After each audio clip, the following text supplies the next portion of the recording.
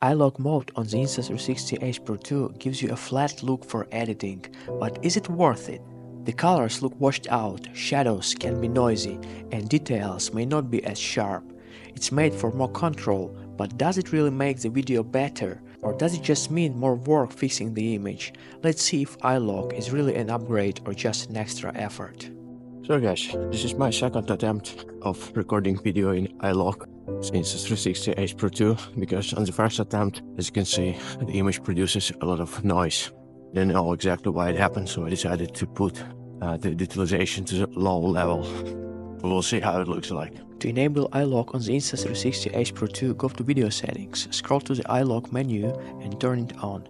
For better control, enable Color Preview. It gives you the rough idea of how the colors will look after grading. So it is iLog 4K 50 FPS. On my previous video, when I'm running, it was a horrible noise.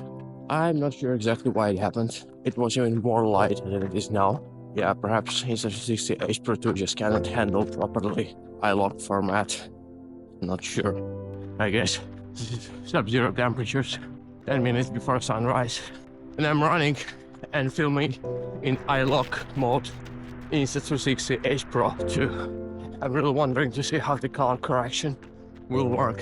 iLog mode cannot be used while filming in pure video mode. Well, totally makes sense, because pure video mode is itself with a color correction. 8K is not supported in iLog M mode also. So it is only for 4K for regular video mode. iLog on the Insta360 Ace Pro 2 gives you a flat profile for color grading, but it comes at a cost. The image is extremely desaturated, losing depth and contrast. Shadows tend to be noisy. Even good lighting, the fine detail looks softer. While it offers flexibility in post, it needs a lot of work, more contrast, more saturation, and definitely noise reduction. If you're using iLog, be ready to put in the extra effort to make it shine. Comparing D-Log and iLog, well, both are flat, but iLog is too flat, losing detail and adding more noise. Even in daylight, shadows in iLog look grainy. On a darker day, the differences is even clearer. D-Log keeps details, while iLog struggles. Color grading, D-Log holds up, while iLog needs heavy fixing.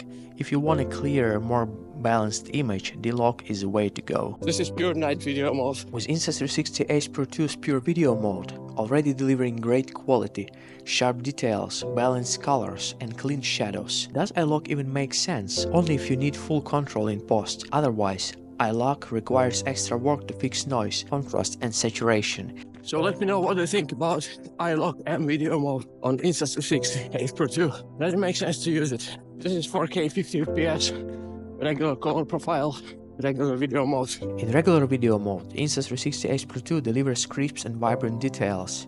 Shadows hold depth without crushing, and highlights stay balanced. Colors pop naturally, and textures remain sharp without excessive noise.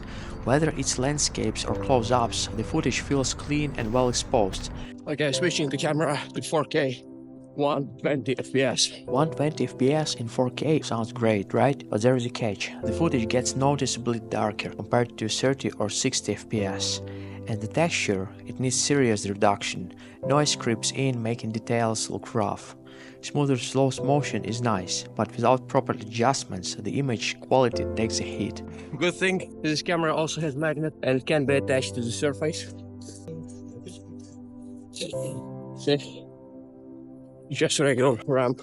The magnet holder is not even closely so strong as on DJI Action 5 Pro. It's barely attached.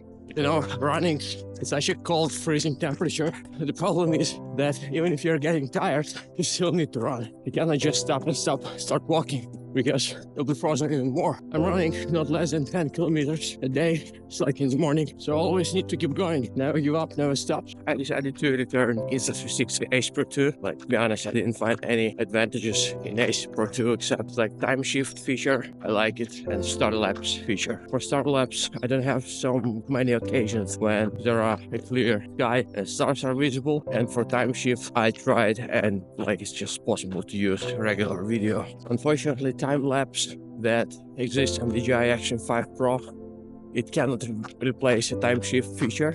Like it couldn't stitch the frames properly. That's why time-lapse on DJI Action 5 Pro is not the same time shift on Ace Pro 2. The absence of the front screen on Ace Pro 2, it was the key reason why I decided to return this camera back. The second reason, it was the camera itself is bulky. It's like it has even bigger size than DJI Action 5 Pro in the protection case. Another reason is the battery, almost 2 times smaller than DJI Action 5 Pro. And again, for action camera, the battery is something absolutely critical. I was waiting for Insta360 Ace Pro 2 for a long time, since the day it was released, and it was out of stock for a long time, for a couple of months. But now, after using it for 1 week, I understood that, yeah, it was just a gimmick.